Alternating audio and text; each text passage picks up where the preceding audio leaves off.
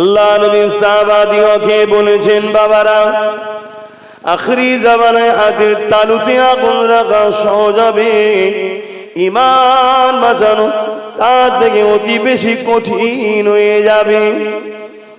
কখনো কখনো ভাবি হাতের তালুতে আগুন রাখা তো কখনো সম্ভব নয়, এতটা কষ্ট হবে। কিন্তু রাসূলুল্লাহ বললেন, যা কষ্ট হবে হাতের তালুতে আগুন রাখলে তার থেকে অতি বেশি কষ্ট হবে ঈমানকে বাঁচানো। এটা সেই সময় এসে গেছে। এ যুবকেরা, বাপেরা, মায়েরা, যদি আমলের জিন্দেগিতে কিছু কমও হয়ে যায়, আমলের জিন্দেগিতে কিছু যদি ঘাটতিও হয়ে যায়, যদি রাসূলুল্লাহর প্রেম থাকে, আদব থাকে, মনে রাখবেন এই প্রেম আর আদব ওই ঘাটতিটাকে পূরণ করে আপনার নাজাতের ওসিলা হবে। আজকে নবীর আলোচনাই তো বন্ধ হয়ে গেছে। এখানে আমি আরো একটা কথা আপনাদেরকে শিখাবার জন্য বলছি। কি অধিকার আছে তো নাকি? আপনারা সমাজ দাদা হুজুরের রুহানি বাচ্চা, তো তাহলে আমি খুনের বাচ্চা, আপনারা অন্তরের বাচ্চা। তো এক বাচ্চা আর এক বাচ্চাকে বুঝাচ্ছে দাদা হুজুরের আওলাদ।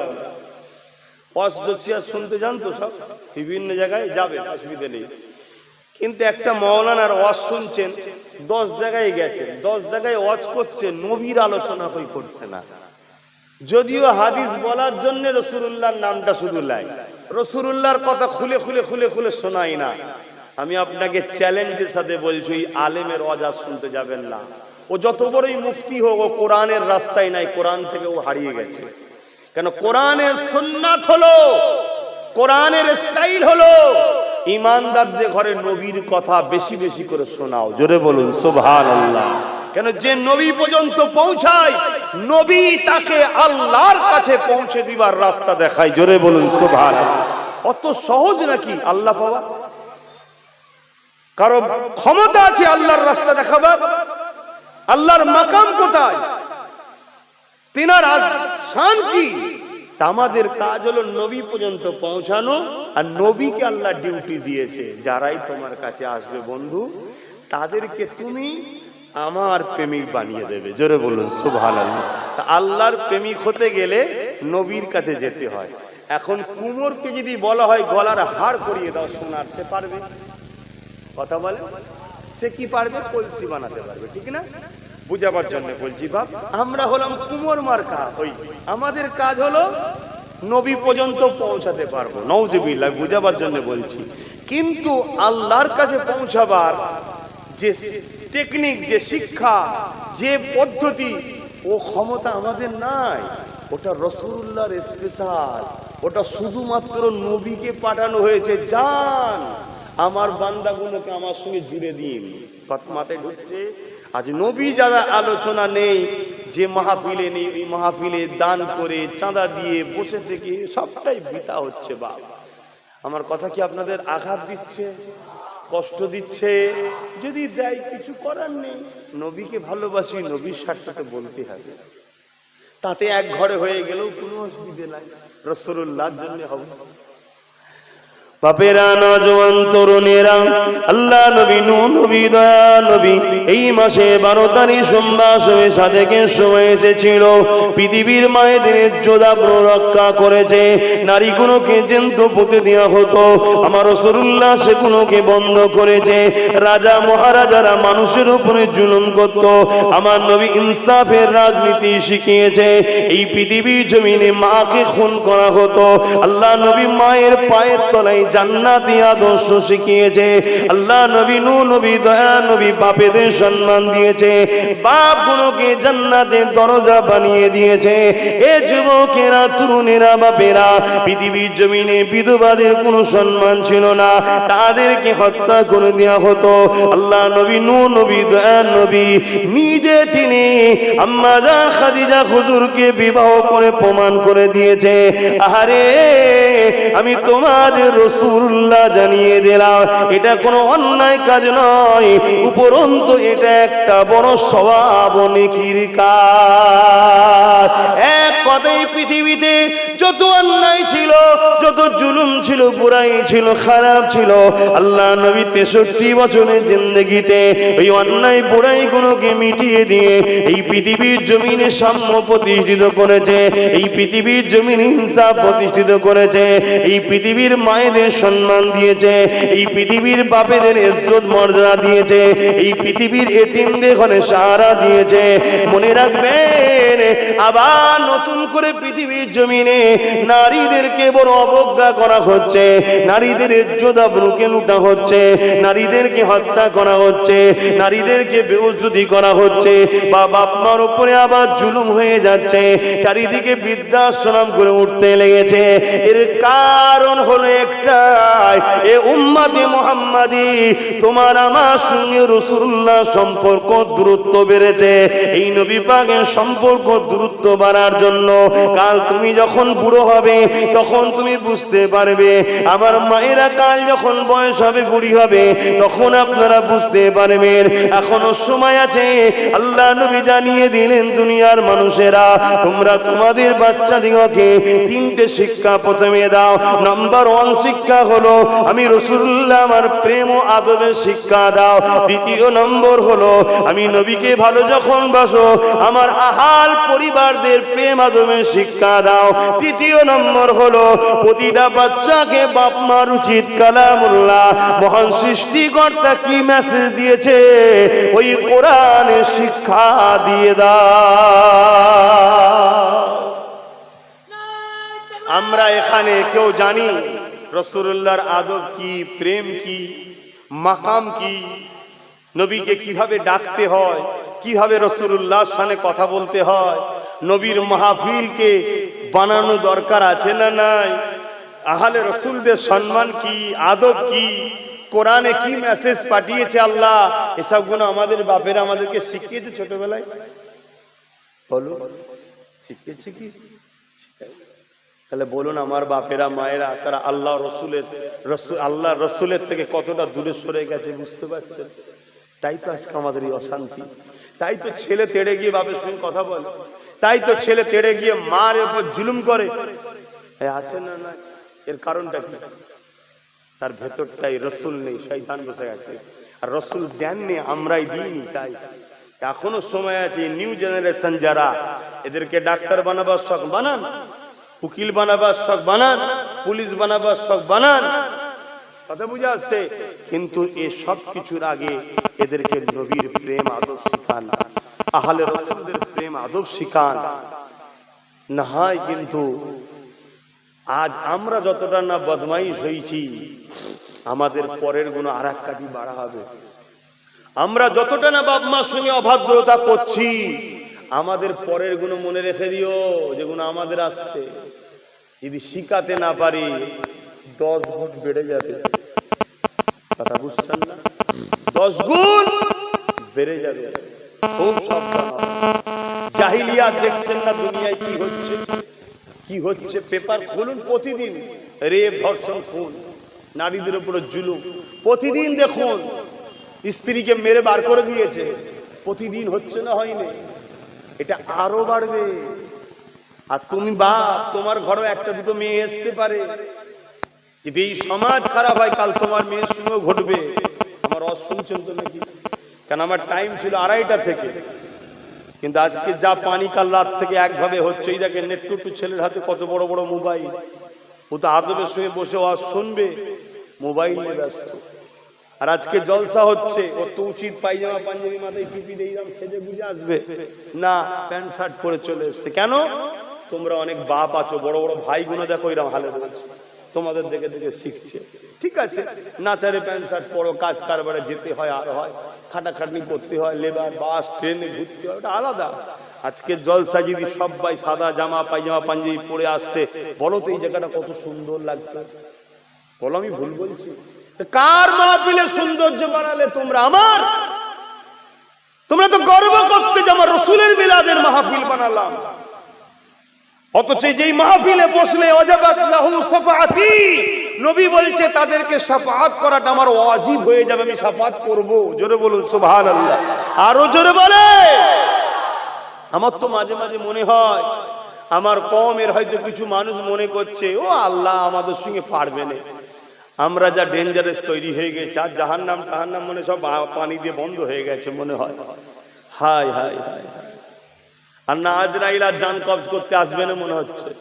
হ্যাঁ, শুধরে যাও যুবক আমার, শুধরে যাও। শান্তি যদি পেতে চাও পরিবর্তন হও, আমার রাসূলুল্লাহর হও, রাসূলুল্লাহর হও, সব পাবে, দুনিয়াও পাবে আখিরাতও পাবে, সব পাবে। তুমি কি ভাবছো? তুমি ভাবতে পারো রাসূলুল্লাহর হয়ে গেলে আজকের দিনে ব্যবসা বাণিজ্য চলবে কি? আরে বোকা, রাসূলুল্লাহর হওনি বলেই তো ব্যবসা বাণিজ্যে বরকত নাই। আর রাসূলুল্লাহর হও, গায়েবী সাহায্য পাবে। গায়েবী সাহায্য বোঝো? টেনশনে পড়ে গেছো, বালিশে মাথায় দিয়ে শুয়ে পড়েছো, কখন ঘুমিয়ে পড়েছো, দরকার 2 লক্ষ টাকা, খবে দেখছো তোর বালিশের তলায় 2 লাখ আছে। এটা জাদু নয়, এটা গায়েবী সাহায্য। বালিশ তুলে দেখবে সত্যি 2 লাখ টাকা আল্লাহ গায়েবী ভাবে পাঠাবে। জোরে বলুন সুবহানাল্লাহ। তাও যদি না হয়, তুমি বাইরে বেরোবে, কেউ একজন যাকে তুমি হয়তো 10 বছর আগে তোমার স্কুলের বন্ধু ছিল, কেউ একজন এসেছে তোমাকে খোঁজ নিতে, কোনো কারণে সে অনেকদিন বিদেশ চলে গেছে। কিরে বন্ধু কেমন আছিস, কথাবার্তা, কিন্তু তোমার মুখ চোখ দেখে সে বলে দেবে তুমি টেনশনে আছো। ভাই কি ব্যাপার? আরে না, তোর সাথে 8 দিন পর দেখা হলো, আজকেই বলি কি করে, না আমার এই একটা অপারেশন আছে, বা এই কারবারটা রুখতে গেলে, বা এই জমিটা চলে যাচ্ছে, বা কোনো সমস্যা, এক্ষুনি 2 লাখ টাকা দরকার। সে বলবে কোনো চিন্তা করি না, আমি এক্ষুনি দিচ্ছি, আল্লাহ ঠিক মিলিয়ে দেবে তোমায়। জোরে বলুন সুবহানাল্লাহ।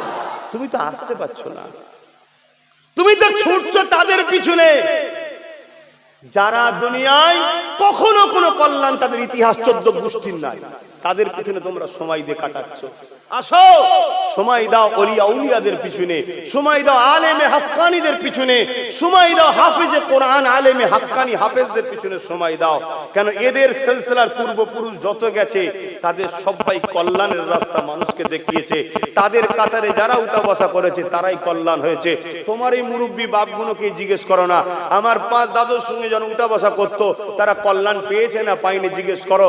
তোমার বাপ দাদুদের 5টা 6টা 7টা করে বাচ্চা, কারো কোনোদিন শুনেছো ঘরে অভাব দেখা দিয়েছিল, খেতে পাইনি? কোনোদিন শুনুনি। আর আজকে তোমার একখানা কি দুখানা রোজ বলছে নেই নেই নেই নেই। কথা কি ভুল বলা হচ্ছে? কারণ কি? তোমার বসার জায়গা খারাপ, উঠা বসার জায়গা তোমার খারাপ। আর এই খারাপ এত হয়ে গেছো, তুমি আজকে কোন মাহফিলে এসেছো সেটাও তোমার খেয়াল নেই, কিভাবে আসতে হয় সেটাও তোমার খেয়াল নাই। তোমাকে খারাপ বানিয়ে দেওয়া হচ্ছে। আমি তোমার উপর রাগ করছি না যুবক, তুমি আমার ভাই হও, তুমি আমার নবীর উম্মত, তুমি আমি একসাথে রাসূলুল্লাহ শাফাত নিয়ে জান্নাতে যাব। শোনো যুবক, হ্যাঁ জান্নাতে যাব বলে ইনশাআল্লাহ।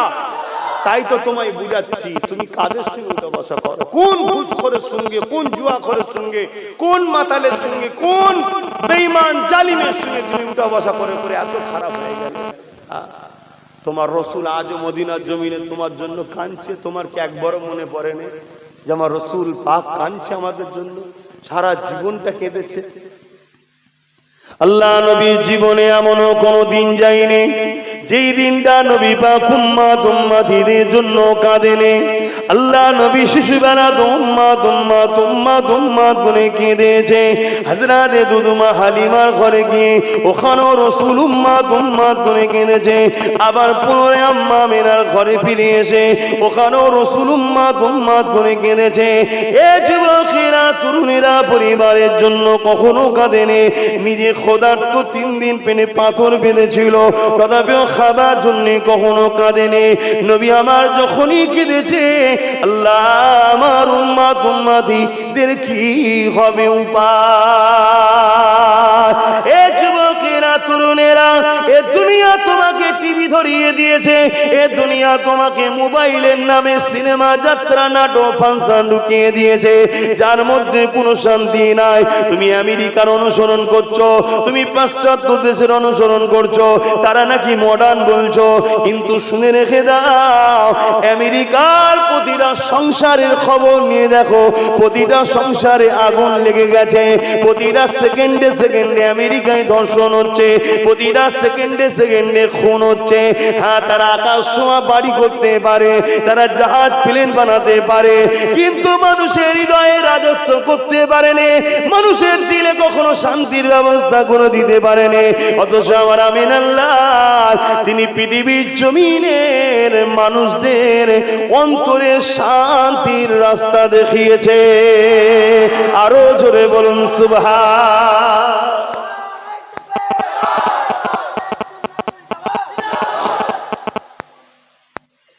যে খাদ্য খেয়ে তোমার পেটে যন্ত্রণা করবে, হজম করতে পারবে না, হসপিটালে যেতে হবে, স্যালাইন দিতে হবে, পেট কাটতে হবে, সেই খাদ্য কেউ খাবে ভাই? যে টাকা, যে বাড়ি, যে গাড়িতে, যেখানে শান্তি নাই, সেটার লাভ কি? রাসূল পাক সাল্লাল্লাহু আলাইহি সাল্লামকে হযরত আবু বকর সিদ্দিক রাদিয়াল্লাহু তাআলা আন, আজকের বাজারের কথা বলছি, তৎকালীন সময়ে 400 কোটি টাকা হুজুরের হাতে দিয়েছিলেন টোটাল লাইফে দিন ইসলামের খেদমতের জন্য। তারা গরিব ছিল, কত কোটি টাকা। আর উসমান গানি হলেন সব থেকে নাম করা ধনী, যারা কি নাম করেছিল? নবী ধরলে গরিব হয়? বলছেন হ্যাঁ, নবী ধরলে ধন দৌলত হবে, ওই ধন দৌলতে শান্তি আছে। আর নবী না ধরে ধন দৌলত দেখতে মনে হবে ফুলে আছে, ভেতরটায় কিছু নাই। আসো আমার কম, যদি মেনে নিতে পারো পরিবর্তন হও, রাসূলকে ধরো। আর নবী হলেন কোরআনের বাস্তব। কোরআনকে চিনতে গেলে, বুঝতে গেলে, জানতে গেলে রাসূলের লাইফ স্টাইল, চরিত্র, কিভাবে তিনি জীবন যাপন করেছে দেখতে হবে। কেন হুজুর পুরাপুরি হুবাহুব কোরআন অনুযায়ী জীবন কাটিয়েছে। জোরে বলুন সুবহানাল্লাহ। কেন কোরআনটাকে মানুষকে প্র্যাকটিক্যাল দেখিয়েছেন হুজুর।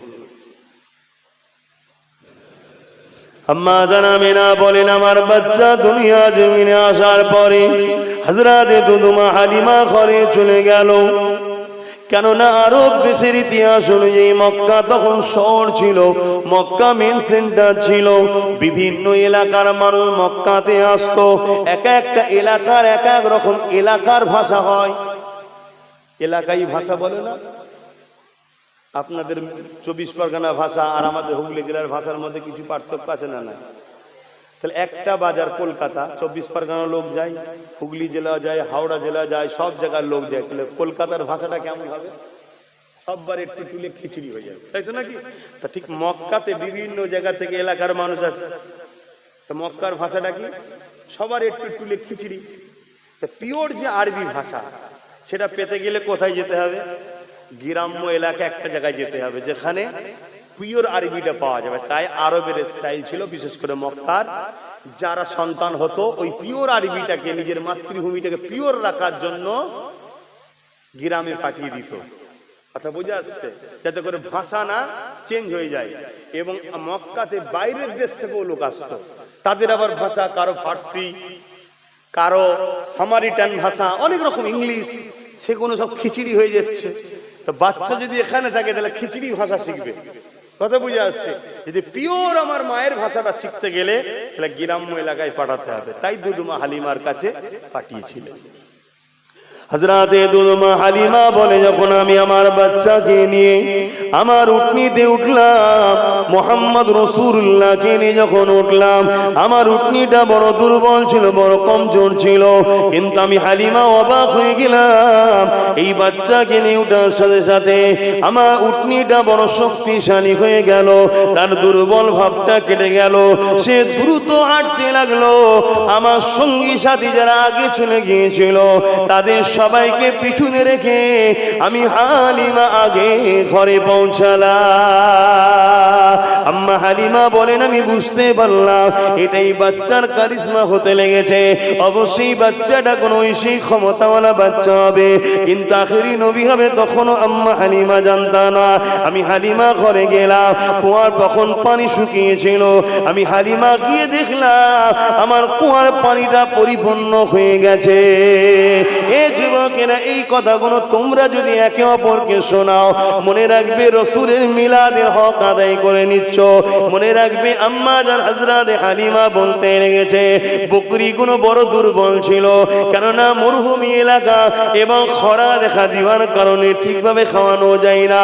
কিন্তু আমি হালিমা যখন ঘরে পৌঁছালাম, আমি দেখলাম আমার বকরি জীবজন্তুগুলোর বাটে দুধেতে পরিপূর্ণ হয়ে আছে।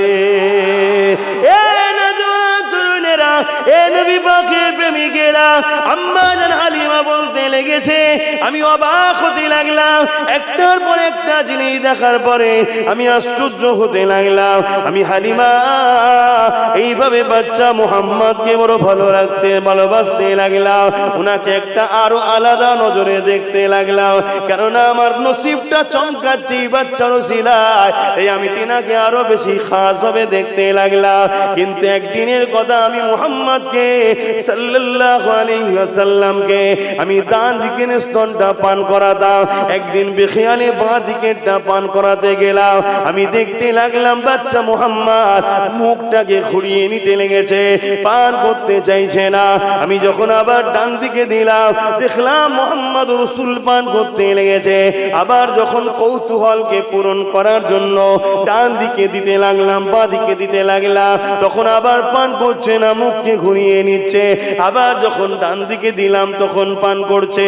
কিতাবের মধ্যে লেখা আছে হযরতে দুদমা হালিমা নিজের সন্তানকে বাঁ দিকের স্তনটা পান করতো, আর আমার রাসূলুল্লাহকে ডান দিকেরটা পান করতো।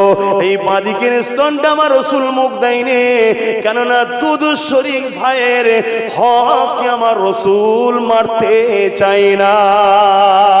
আরো জোরে বলুন সুবহান।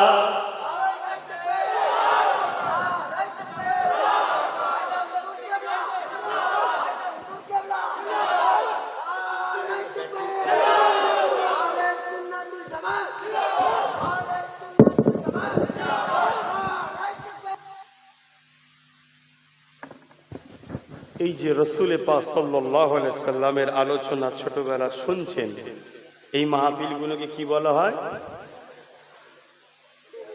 মিলাদুন নবীর মাহফিল। আর শুনে খুশি হচ্ছে না বেজার হচ্ছে, এই জন্য ঈদ বলা হয়। এই নিয়ে ঝগড়া করার বা এই নিয়ে ইখতিলাফ করার কোন শিক্ষিত লোকের কাজ হতে পারে?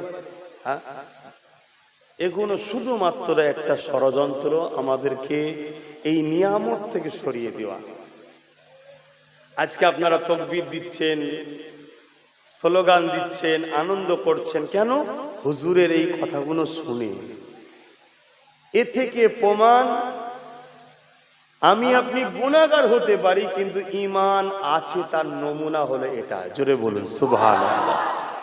কার ঈমান আছে না নাই এটা বুঝতে গেলে হুজুরের প্রেম ও আদবটা দেখতে হয়। খুব ভালো করে বুঝুন, এখানেই প্রকাশ হবে ঈমান আছে না নাই। অন্য কোন যে কোনো জিনিস মাপার একটা তুলি লাগে না, একটা ওজন লাগে, কিছু জিনিস লাগে। তা ঈমান মাপার জন্য হুজুরের প্রেম ও আদব লাগে। যার মধ্যে হুজুরের প্রেম ও আদব আছে, জানবেন তার মধ্যে ঈমান আছে। এবার তার কর্মজীবনে হয়তো অনেক পাপ আছে, তোমার স্বীকার করছি। সে পাপ কাজ করার জন্য সে অন্যায় করছে, তার পানিশমেন্ট আল্লাহর কাছে দিতে হবে।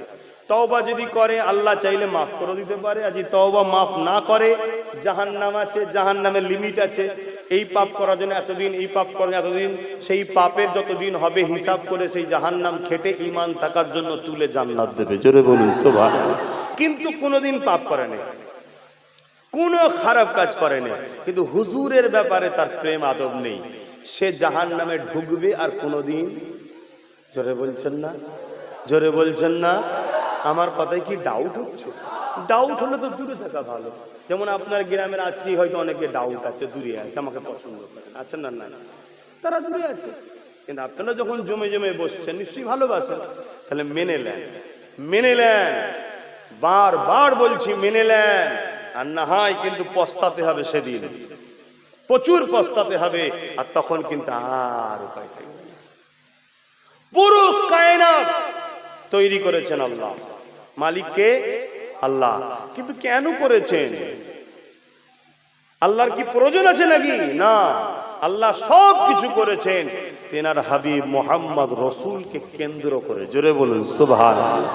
প্রত্যেকটা জিনিসের একটা করে মেন সেন্টার থাকে, মার্কাজ থাকে। যেমন পূর্ব ভারতের মেন আহলে সুন্নাত ওয়াল জামাতের মারকাজ ফুরফুরা দরবার শরীফ দাদা হুজুর, তাই তো নাকি? মানেন তো? ঠিক তেমনি तमाम কায়নাতের প্রতিটা মানুষের মেন ইমানের মারকাজ হলো মুহাম্মাদুর রাসূলের মদিনা শরীফ। জোরে বলুন সুবহানাল্লাহ। আমলের মেন মারকাজ হলো মক্কা শরীফ। আমলের মেন মারকাজ কোথায় পৃথিবীর মধ্যে? মক্কা শরীফ। এক ওয়াক্ত নামাজ পড়লে 1 লক্ষ রেখাত সওয়াব। বলুন সুবহানাল্লাহ। ইমানের মেন মারকাজ কিন্তু মক্কা নয়। ইমানের মেন মারকাজ হলো আমার রাসূলের পিয়ারা মদিনা শরীফ। জোরে বলুন সুবহানাল্লাহ। হায় কেন? কেন? এখানে আল্লাহর ঘর আছে, ওখানে আল্লাহর হাবিব আছে। জোরে বলুন সুবহানাল্লাহ।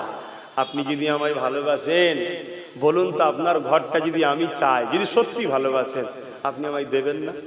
জোরে বলুন। কিন্তু আপনার কোনো ভালোবাসাকে আমি যদি চাই, আপনি দেবেন? কেন? ভালোবাসা ভাই ভাগ করা যায় না। তাহলে আল্লাহর ঘর কাবা আর আল্লাহর বন্ধু মুহাম্মদ রাসূলুল্লাহ। কথা মাথায় ঢুকাবেন। কথা বুঝে আসছে? তাই এই জায়গাকে আল্লাহ আমলের মারকাজ করেছে। এখানে আসো, আমার ঘরে ইবাদত করো, তওয়াব করো, নামাজ পড়ো, কোরআন পড়ো, সবটা লক্ষ গুণ হবে। কিন্তু ঈমান যেটা মূল, সেটা কিন্তু আমার হাবিবের ঝুলিতে মদিনায় আছে। জোরে বলুন সুবহানাল্লাহ। সেই রাসূলকে ভালোবাসে, পিয়ার করে। সন্ধ্যা হয়ে আসছে, কিভাবে আলোচনা করব? কিন্তু বড় দুঃখ, আমরা সেই রাসূলের মিলাদ থেকে অনেক দূরে সরে যাচ্ছি, আলোচনার বয়ান থেকে, রাসূলুল্লাহর জীবনী থেকে অনেক দূরে সরে যাচ্ছি। আল্লাহ আমাদেরকে হেদায়েত করেন, বুঝার তৌফিক দেন। বলুন আল্লাহুম্মা আমিন। একবার দুরূদ শরীফ আল্লাহুম্মা সাল্লি আলা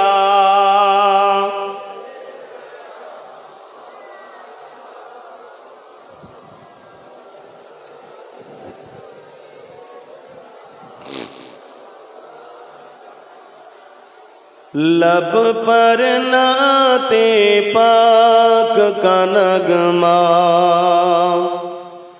कल भी था और आज भी है, मेरे नबी से मेरा रिश्ता कल भी था और आज भी है।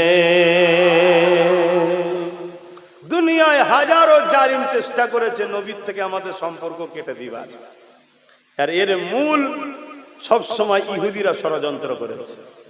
কিন্তু সেদিনও সম্পর্ক ছিল, আজও আছে না নাই? लब पर नाते पाक का नगमा कल भी था आज भी है, मेरे नबी से मेरा रिश्ता कल भी था और आज भी है। पासों कैसे हो सकता है जिसको हक ने बुलंद किया, पासों कैसे हो सकता है जिसको हक ने बुलंद किया, दोनों जहां में उनका चर्चा, दोनों जहां में उनका चर्चा कल भी था और आज भी है। दोनों जहान बोलते কোনটা? এটা দুনিয়া, এটা আখিরাত। তা আখিরাত তো আমার নবীর চর্চা কালকেও ছিল, আজও আছে না? না, এই জোরে বলছেন না? এই যে আমরা বলি না আল্লাহ ও তিনার আল্লাহ ও ফেরেশতারা দরুদ পাঠায়, এটা কি আমাদের মতো আল্লাহ পড়ে নাকি? জানেন এটা কি? তাহলে বলুন আমরা কত দূর সরে গেছি, কত দূর সরে গেছি। আমি খবরদার ভুল বুঝবেন না, আমি আমলের বিরুদ্ধে নাই, নাউজুবিল্লাহ। আমল তো মাকাম বাড়ায়, আমল মাকাম বাড়ায়। যার যত ভালো পড়াশোনা করবে তার রেজাল্টের মান তত বাড়বে, ঠিক তো নাকি? তা আমল হচ্ছে মাকাম বাড়ায়, রেজাল্টের ভ্যালু বাড়ায়। জান্নাতে সম্মানের জায়গা সবার সমান হবে না, যার যত আমল বেশি তার তত। খাজা গরিবের নওয়াজ জান্নাতে যাবে ইনশাল্লাহ, আমরাও যাবো, বল ইনশাল্লাহ। কিন্তু খাজা গরিবের নওয়াজের যে ক্যাটাগরি, ওটা কি আমাদের হবে? বলেন হবে কি? এটা কি আশা করাও যায়? কেন, তিনার আমল অনেক বেশি, ঠিক তো? কিন্তু আমাদেরকে আমল নিয়ে শুধু আলোচনা শোনানো হয়। এই পা দুটো সিধে করো, এই করো, এই দাড়িগুলো ছোট হয়ে যাচ্ছে কেন, এই টুপিটা ঠিক করে পড়ো। কথা মাথায় ঢুকছে না, ঢুকে? হ্যাঁ, এগুলো পড়ুন, আমি অস্বীকার করছি, কিন্তু এর পিছনে 24 ঘন্টা পড়ে আছেন, অথচ যেটা মূল ঈমান তার পিছনে তো 4 ঘন্টাও সময় দিচ্ছেন না। তাহলে ভাবতে হবে আমাদেরকে কিছু দিয়ে কিছু ছাড়াবার। বলবেন তো? এই তো আপনারা একটা কেউ বলতে পারছেন না যে আল্লাহ ও ফারিস্তারা দরুদ পাঠায়। আল্লাহ কি করে? আল্লাহ কি আমাদের মধ্যে পড়ে নাকি? আল্লাহুম্মা সাল্লি আলা মুহাম্মাদ ওয়া আলা আলি মুহাম্মাদ পড়ে? মানে এই ক্যাসেট খুলতে গেলে এখন আরো 2 ঘন্টা সময় লাগে। আশপাশে কখনো এলে তখন আমি বলবো খনি আল্লাহর দরুদ পাঠানো মানে কি। কিন্তু মনে রাখবেন, দোনো জাহান, দোনো দুনিয়া ও আখিরাতে সর্বসময়েতে আমার রসুলের চর্চা আলোচনা হতেইছে। জোরে বলুন সুবহানাল্লাহ। लब पर नाते पाक का नगमा कल भी था और आज भी है, मेरे नबी से मेरा रिश्ता कल भी था और आज भी है, और किसी के पास क्यों जाए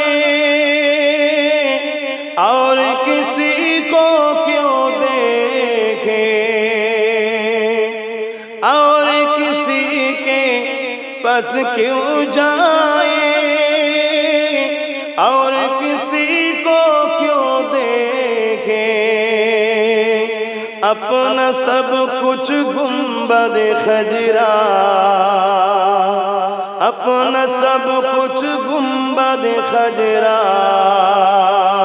कल भी था और आज भी है, मेरे नबी से मेरा रिश्ता कल भी था और आज भी है। बसों कैसे हो सकता है जिसको हक ने बुलंद किया, দুনিয়া যতই চেষ্টা করে আমার নবীকে ছোট করার, ছোট করতে পারবে কেন? নবীকে বড় কে করেছে? बसों कैसे हो सकता है जिसको हक ने बुलंद किया, दोनों जहां में उनका चर्चा, दोनों जहां में उनका चर्चा कल भी था आज भी है, मेरे नबी से मेरा रिश्ता कल भी था और आज भी है। बतला दो गुस्ताखे नबी को गैरत मुस्लिम जिंदा है, बतला दो गुस्ताखे नबी को गैरत मुस्लिम जिंदा है, दिन पे मर मिटने का जज्बा, दिन पे मर मिटने का जज्बा कल भी था और आज भी है। ইসলামের উপরে মরা জজবা কালো ছিল, আজও আছে না? না। আরে তোমার নাই তো কি হয়েছে? লাখো কোটি মুসলমান রসুলের জন্য, দিনের জন্য মরবে বলে সব সময় তৈরি আছে। কথা বুঝে আসছে? হ্যাঁ। সেই দিনও ছিল, আজও আছে দিনের উপরে মরার জজবা। কেন? দিন রাসূলের। জোরে বলুন সুবহানাল্লাহ। কুরবান হন সেই নবীর উপরে, জান মালকে কুরবান করে দেন। ভাই সময় তো সংক্ষেপ, তো যাই হোক, আমার রাসূলকে প্যার করবেন, ভালোবাসবেন, মহব্বত করবেন, নবীর মিলাদের মাহফিল বানাবেন। যদি বড় করে করতে নাও পারেন, 4টে জুম্মা পাওয়া যায়, মসজিদে মসজিদের কমিটি ইউনিট করে নেবেন। এই জুম্মায় তোমরা এই 10 জন মিলে মসজিদ কমিটির যারা নামুজ জুম্মায় আসবে, সবার বিরিয়ানি করে বা মিষ্টি কিনে নিয়ে আসবে, মিলাদ হবে, নবীর আলোচনা হবে, তারপরে দেওয়া হবে। এটাও কিন্তু হক আদায় হবে। যদি না করো, এ থেকে প্রমাণ দিচ্ছ নবীর আগমনে তুমি খুশি নয়, তাই নবীর আগমনের আলোচনা করতে চাইছো না। কথা বুঝে আসছে? আমার নবীর আগমনে সবাই খুশি হয়েছিল, আকাশ বাতাস একে অপরকে শোনাচ্ছিল যে মোহাম্মদ রসুল তাশরীফ আনছে, আগমন করছে। শুধুমাত্র ইবলিস কেঁদেছিল। শুনে রেখে দেন, ইবলিস কেঁদেছিল। কেন? এমন একজন আসছে, পৃথিবী পরিমাণ গুনাহ নিয়েও যদি একবার আল্লাহকে বলে, আল্লাহ আপনার হাবিবের খাতিরে মাফ করে দেন না, আল্লাহ পাক তার বন্ধুকে এত ভালোবাসে মাফ করে দেবে। জোরে বলুন সুবহানাল্লাহ। তো ইবলিস কাঁদবে না? 60 বছর ধরে একজনকে বুঝিয়ে বাজিয়ে গুনাহ করালাম, অন্যায় করালাম, পাপ করালাম, একদিন যদি সে তওবা করে বলে, আল্লাহ মুহাম্মদ রাসূলের খাতিরে আমার তওবা কবুল করেন, আল্লাহ বলছে হাবিব মাফ করে দেবো। জোরে বলুন সুবহানাল্লাহ। তাহলে ইবলিসের 60 বছরের কষ্ট বেকার হলো না? হলো না? তো ইবলিসের পক্ষে চালা ছাড়া আছে না নাই? চিনবেন কি করে? দেখতে হুবাহু দাঁড়িয়ে আছে, টুপি আছে, নামাজ আছে, রোজা আছে, হজ আছে, সব আছে। চিনবেন কি করে? চিনার একটা উপায় বলে যাচ্ছি। যারা দেখবেন ঘন্টার পর ঘন্টা কথা বলে, রসুলের আলোচনা শোনাতে চাইনি কওমকে, নবী চিনাতে চাই না, নবীর কথা খুলে খুলে কওমকে শোনাই না। জানবেন, যাই হোক, দাড়ি থাকতে পারে, টুপি থাকতে পারে, মুফতি হতে পারে, মৌলানা হতে পারে, এই ইবলিসের পক্ষে কাজ করছে, আমার রাসূলুল্লাহর পক্ষে নাই, আল্লাহর পক্ষে নাই। মাথায় থাকবে তো নাকি? এই আমার আলোচনায় অসুবিধা হচ্ছে বাপ। যদি অসুবিধা হয়, জানতে হবে আপনার ভেতরেও ইবলিস বাঁধা বেঁধেছে। আপনাকে ঘন ঘন তওবা পড়ে আল্লাহর কাছে ক্ষমা চাইতে হবে, দরুদ বেশি করে পড়তে হবে, আর আল্লাহকে বলতে হবে, আল্লাহ আপনার হাবিবের প্রেম দিলে দেন, আল্লাহ আপনার হাবিবের প্রেম দিলে দেন, বারবার বলতে হবে। কথা বুঝে আসছে? কি করবো গো, কমিটির ছেলেরা কোথায়? আবার আল্লাহর হুকুম পানি হচ্ছে। এই মাহফিলটা আমার মা বোনেরা করে, তাই তো নাকি? জানেন তো আপনারা? আচ্ছা, কয়েকজন ছেলে মিলে দেখে, কিন্তু মা বোনেরা মেন উদ্যোগ তো নিয়েছে। এই মাহফিলটা হোক, আপনারা চান না গ্রামবাসী? কি গো বলেন না, চান না? আচ্ছা, আব্বাস সিদ্দিকী লিবি সমস্যা থেকে আমায় বাদ দেন না, কিন্তু নবীর মিলাদের মাহফিলটা করা দরকার তো নাকি? হ্যাঁ, এইখানে সবাই বসলেন, নবীর আলোচনা হলো, রহমতের ফেরেশতারা তারা দোয়া চাইছে আমাদের জন্য, মাগফিরাতের দোয়া চাইছে, আল্লাহ খুশি হবে, নবী খুশি হবে। এইটা কি দরকার আছে না? না, হ্যাঁ?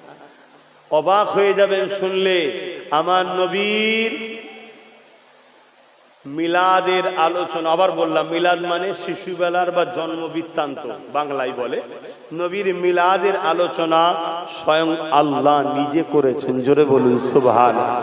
বলুন কোরআন, কোরআন দেখুন, সমস্ত নবীদের রূহকে আল্লাহ এক জায়গায় নিয়ে আলোচনা করছে। আমার হাবিবের রূহরা, আমার নবীদের রূহরা। আমি সংক্ষেপে বলছি, কারণ এক্ষুনি আজান দিবার সময় হয়ে আসছে। একজন আমার হাবিবকে পাঠাবো, তোমরা কি তাকে পেলে মেনে নেবে? সমস্ত নবীদেরকে জিজ্ঞেস করছে, আমি তোমাদেরকে এলেম দেবো, জ্ঞান দেবো, হেকমত দেবো, কিন্তু আমার রসুলকে পেলে তোমরা কি মেনে নেবে? এই যে নবীর আশা, নবীকে পাঠাবো, নবীর এই আলোচনা, এইটাকে বলা হয় মৌলুদ বা মিলাদ। জোরে বলুন সুবহানাল্লাহ। আমাদেরকে ঘাবড়ে দেওয়া হচ্ছে, আর আমরা ঘাবড়ে যাচ্ছি। কিছু কিছু জিনিস জানবেন, যে কোনো ইখতিলাফ করা সম্ভব, মানে উচিতই নয় ভাই। যদি রসুলের মিলাদ আমরা করে আরেকটা জিনিস বিশ্বকে প্রমাণ দিচ্ছি, কি? নবীর মিলাদ বানিয়ে বিশ্বকে দেখাচ্ছি যে রসুলকে রসুল জেনে আমরা ভালোবাসি, রসুলকে আমরা আল্লাহ বলে মনে করি না। কেন? আল্লাহর মিলাদ নাই, রসুলের মিলাদ হয়েছে। জোরে বলুন সুবহানাল্লাহ। মিলাদ মানে বাংলায় কি? জন্ম, আরবিতে কি? মৌলুদ, আর উর্দুতে তাশরীফ আনা, হাজির হওয়া। কথা বুঝে? বিলাদাত হওয়া। কথা মৌলুদ, আগমন করেছেন নবী। কথা বুঝে আসছে? তো প্রতি বছরে এই মিলাদুল মাহফিল করে আমাদের নিউ জেনারেশনকে বুঝিয়ে দিয়ে, যেমন খ্রিস্টানরা ঈসা নবীকে খোদার বেটা বলেছে, উজায়েরকে ইহুদিরা খোদার বেটা বলেছে, কথা বুঝে আসছে? এই আমার নবী তো আরো বড়, নবীকে দেখে তোমরা যেন খোদা বলে ফেলুনি। মিলাদুন নবী করছি, তার মানে নবীর জন্ম হয়েছে, নবী আগমন করেছে, এ থেকে প্রমাণ করে দিচ্ছি নবী পাক সাল্লাল্লাহু আলাইহি ওয়াসাল্লাম আল্লাহ নয়, তাই তো মিলাদ হয়। জোরে বলুন সুবহানাল্লাহ। আল্লাহ তো মিলাদ নাই, লাম ইয়ালিদ ওয়া লাম ইউলাদ, তিনি কারো থেকে জন্মও নাই, তিনার থেকেও কেউ জন্ম নাই, ঠিক না বেঠিক গো? তাহলে মিলাদুন নবীর দরকার আছে না না? কথা বলুন, আছে না না? তাহলে আমার মা বোনগুলো সাথ দেবেন না? আপনারা দেবেন, সুন্দর করে সাথ দিয়ে প্রতি বছরে করবেন। আজকে এই ছেলেগুলো করছে কয়েকজন মিলে, বাকি যারা গ্রামের যুবক ছেলেরা আছো, বাপজানেরা আছেন, সবাই মিলে করবেন। এটা আনন্দের জিনিস, সবাই মিলে করবেন, এটা খুব নসিবের ব্যাপার। বাপ যুবকরা জিন্দেগিতে কত কি করছো, একটা ভালো কাজের সঙ্গে জুড়ে থাকবে, হতে পারে এই ভালো কাজটা তোমার আগামী দিনে নাজাতের একটা ওসিলা হতে পারে। জোরে বলুন সুবহানাল্লাহ। কেননা কিয়ামতের দিনে আল্লাহ কোন বান্দার একটা ভালো কাজ পাওয়ার জন্য বান্দাকে জান্নাতি করে দেবে। জোরে বলুন সুবহানাল্লাহ। তাই প্রতিটা গ্রামবাসী বাপ ভাইদের বলবো, এইটার সঙ্গে সবাই জুড়ে থাকবেন, জুড়ে থাকবেন। কথা বুঝে আসছে তো? যাক, এখন এই ছেলেগুলো আপনাদের কাছে যাবে, একটু দোয়া চাওয়ার আগে যার যা খুশি একটু শরীক হবেন, তাই তো নাকি গো? শরীক হবেন না হবেন না? একটু খন কিসে হবেন? যে আমার হুজুরের আলোচনার মাহফিলে আমি শরীক হলাম, এটা কি নজরানা দিওয়া। কথা বুঝে আসছে? নজরানা দিওয়া। আমরা চাই হুজুরের মিলাদ আরো সুন্দর করে আলোচনার মাহফিল করা হোক। সকলে একটু দেন দরুদ শরীফ, আল্লাহুম্মা সাল্লি আলা।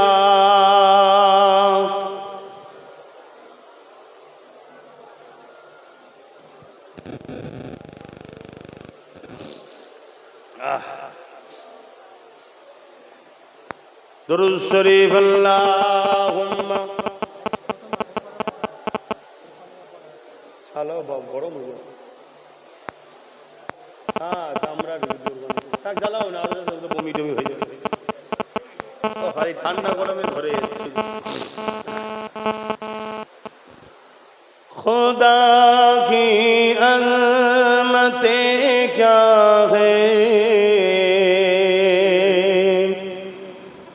मोहम्मद मुस्तफा जाने,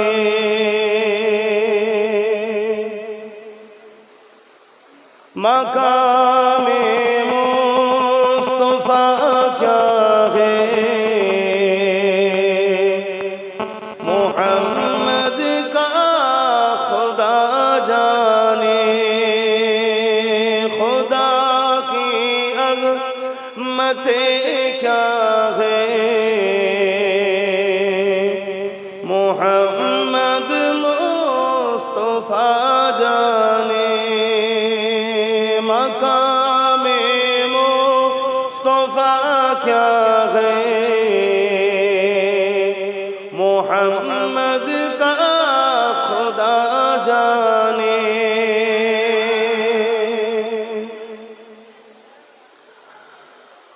हमें तो सुरखरू होना है आका के निगाहों में, हमें तो सुरखरू होना है आका के निगाहों में, ज़माने का है क्या नासेर, ज़माने का है क्या नासेर, बुरा जाने भला जाने, मकामे मुस्तफा क्या है,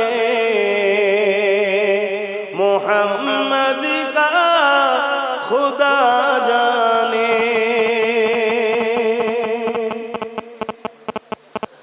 मदीने हाजरी के मांगते रहना दुआ यारो, मदीने हाजरी के मांगते रहना दुआ यारो, नहीं होगा, शुरू होगा या नहीं होगा, नबी जाने दुआ जाने। मकामे मुस्तफा क्या है, मोहम्मद का खुदा जाने। अल्लाहुम्मा सल्ले अला।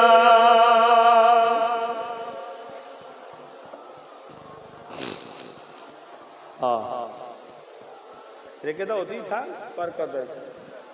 হ্যাঁ, ও আমার বাপ জানেরা, ভাইরা, মায়েরা, বোনেরা, আসুন একটু দয়ার নবীর উপরে সালাত ও সালাম পড়িয়া। নবী সালাম।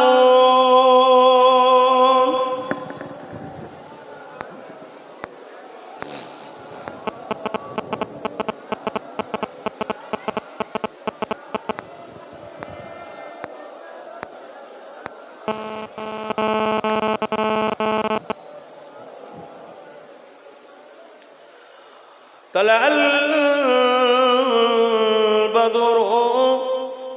علينا من شنيات وداء وجب الشكر علينا ما دغى لله أحدائي يا نبي سلام.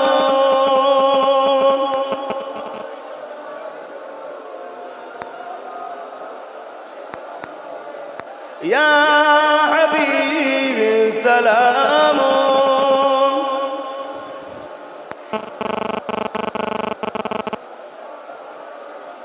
কঠিন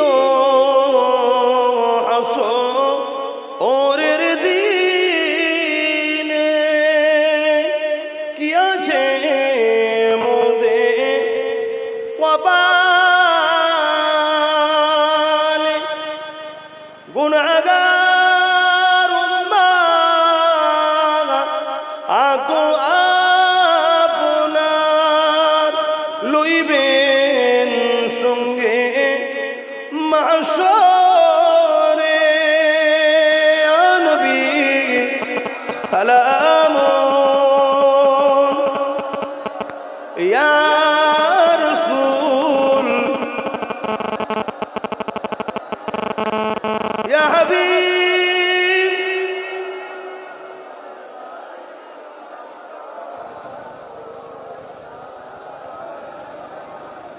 সকলে গায়ে গায়ে বসুন, দোয়া চাওয়া হয়। বালাগাল উলা বিকামালিহি কাযাবাত দুজা বিজামালিহি। না সেন্টেন্স হবে না, না ওই আমার গায়ে না পড়ে, গায়ে না পড়ে। আল্লাহুম্মা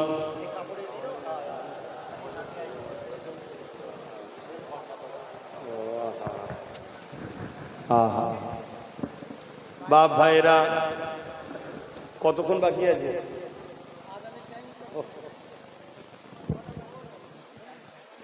22 খতম কোরআন শরীফ তেলাওয়াত আছে। হ্যাঁ, 22 খতম 18 পারা কোরআন তেলাওয়াত আছে, কলেমা শরীফ তেলাওয়াত আছে। আসুন আমরা দরুদ শরীফ, সূরা ফাতিহা শরীফ পড়ি, দোয়া চাওয়া হবে। সকলে তেলাওয়াত করুন, কেন এটা দোয়া কবুলের মাস।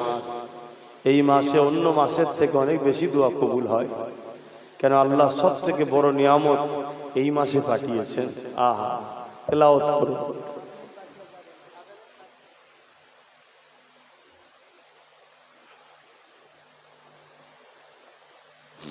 এখানে একটা নামাজ পড়া যাবে তো? ও পানি উঠে গেছে, কি হয় বলেন তো? না শুকনো আছে তো, হবে তো? ঠিক আছে।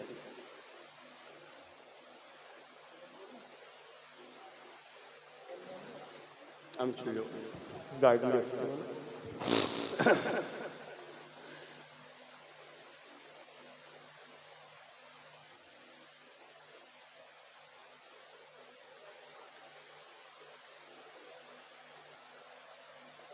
আজান দিচ্ছে, তাহলে আজানটা হয়ে যাক, তারপর দোয়া করে দিয়ে এখানে নামাজ করলে হবে।